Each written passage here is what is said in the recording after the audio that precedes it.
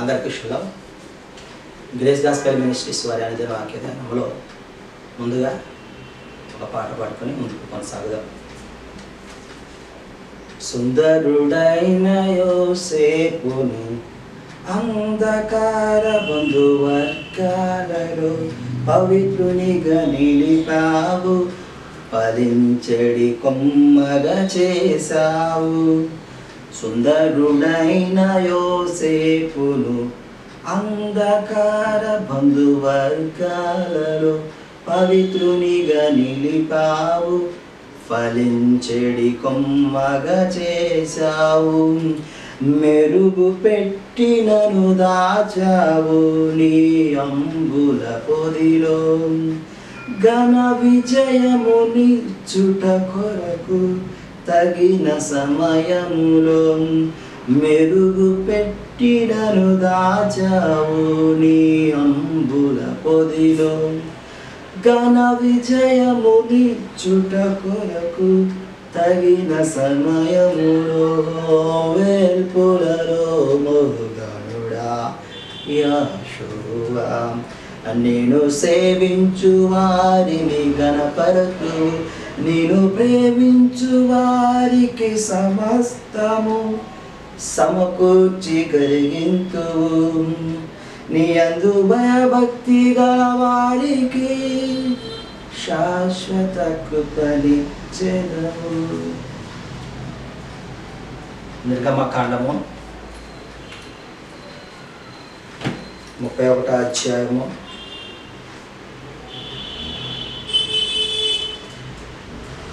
32వ అధ్యాయము. మొదటిగా, మోషే కొండ దిగకుండా తడువు చేయట ప్రజలు చూచినప్పుడు ఆ ప్రజలు అహరోను వద్దకు కూడి వచ్చి, లెమ్ము, మా ముందర నడుచుటకు ఒక దేవతను మా కొరకు చేయుము. ఐగుప్తులో నుండి మమ్మల్ని రప్పించిన ఆ మోషే అనువాడు ఏమాయనో మాకు తెలియదని అతనితో చెప్పారు. అందుకు అహరోను, ప్రియమైన సహోదరి సహోదరులారా,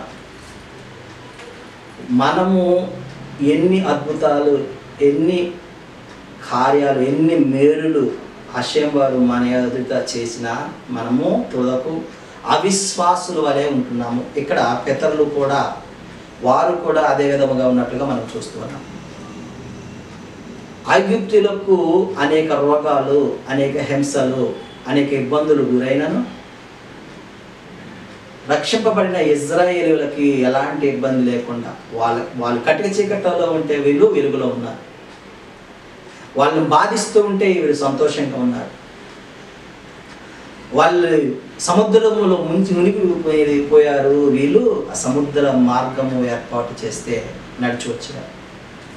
ఇవన్నీ చూసిన తర్వాత కూడా పగలు మేఘస్తంభమై రాత్రి అగ్నిస్తంభమై వీళ్ళు నడిపించినట్లుగా అరణ్యములో బాటలు వేసి వీళ్ళు నడిపించిన విధానాన్ని ప్రతి ఒక్కటి వీరు చూసి కూడా చివరకు మోషే గారు కనపడకపోయారకే హషేం వారి మీద, దేవుని మీద, లేకుంటే యావే వారి మీద వీరు విశ్వాసాన్ని, నమ్మకాన్ని కోల్పోయి మాకొక దూడను లేకుంటే ఒక ఆకారాన్ని, ఒక విగ్రహాన్ని చేయమని కోరినప్పుడు క్షణికావేశం, క్షణిక సుఖం లేకుంటే క్షణికమైన దానిని కోరుకున్నప్పుడు, అశాశ్వతమైన దాన్ని కోరుకున్నప్పుడు అహరోను కూడా వారికి భయపడి వారి ఆలోచనకు తలొగ్గి మరి ఒక దూడను, బంగారపు దూడను చేసినట్లుగా మనం ఇక్కడ చూస్తూ ఉన్నాం. ఈ అధ్యాయంలో మనము కూడా ఆవేశపూరితమైన, అనాలోచితమైన కార్యక్రమములు చేసే ముందు ఒకసారి యావే యందు భయం కలిగి, యావే మార్గములు నేర్చుకొని, హషేం వారి మార్గములను తెలుసుకొని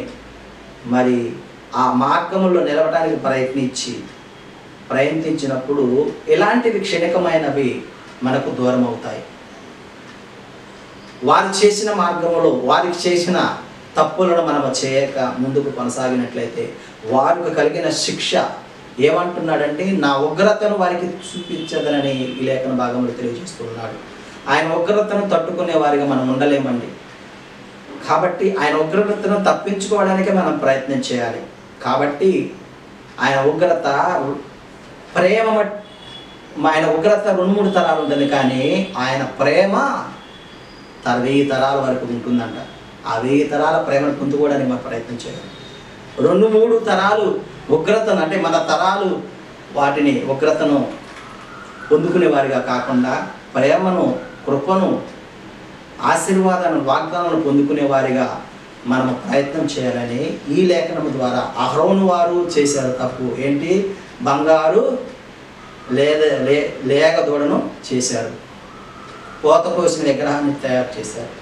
వారు కోరుకున్న విధంగా వారికి తయారు చేశారు. కానీ మనము శాశ్వతమైన దాని వైపు, హషేం వారి మార్గముల వైపు మన దృష్టి నిలిపి, మన హృదయములు నిలిపి ముందుకు కొనసాగినట్లయితే ఆయనకు కృపకు పాత్రలమవుదుముగాక. ఆమేన్.